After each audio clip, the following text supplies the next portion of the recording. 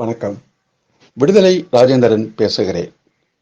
முதலாக கோயில் நுழைவு போராட்டத்தை மதுரை மீனாட்சியம்மன் கோயிலில் வைத்தியநாத ஐயர் என்பவர் நடத்தினார். தாழ்த்தப்பட்டவர்களை அழைத்துச் சென்றார் என்று இன்றைய தமிழ் நாளேடு ஒன்று வரலாற்று செய்தியாக வெளியிட்டிருக்கிறது.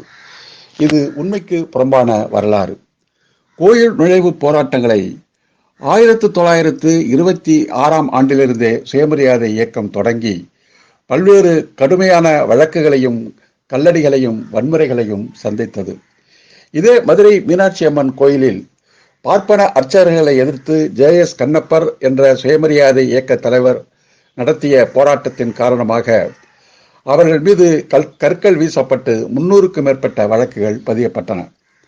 1922ஆம் ஆண்டு திருப்பூர் காங்கிரஸ் மாநாட்டில் பெரியார் தாழ்த்தப்பட்ட மக்களை கோயிலுக்குள் அழைத்துச் செல்ல வேண்டும் என்று பேசிய போது அதை அனுமதிக்க முடியாது என்று பேசியவர்தான் இந்த மதுரை வைத்தியநாத ஐயர்.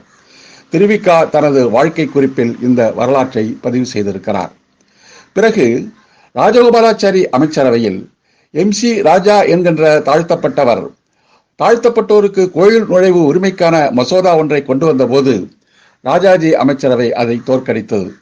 இந்த நிலையில் மதுரை ராமநாதபுரம் ஜில்லா போர்டு தேர்தல்கள் வர இருந்த நேரத்தில் அந்த தேர்தலில் போட்டியிட வேண்டிய நிலையில் இருந்த வைத்தியநாத ஐயர் தாழ்த்தப்பட்ட மக்களின் ஆதரவு வேண்டும் என்பதற்காக 1922இல் தாழ்த்தப்பட்டோர் கோயில் நுழைவை எதிர்த்தவர் அப்போது திடீரென்று மதுரை மீனாட்சி அம்மன் கோயிலில் நள்ளிரவு பூஜைக்கு பிறகு 4 தாழ்த்தப்பட்டவர்களை அழைத்துக் கொண்டு உள்ளே சென்றார்.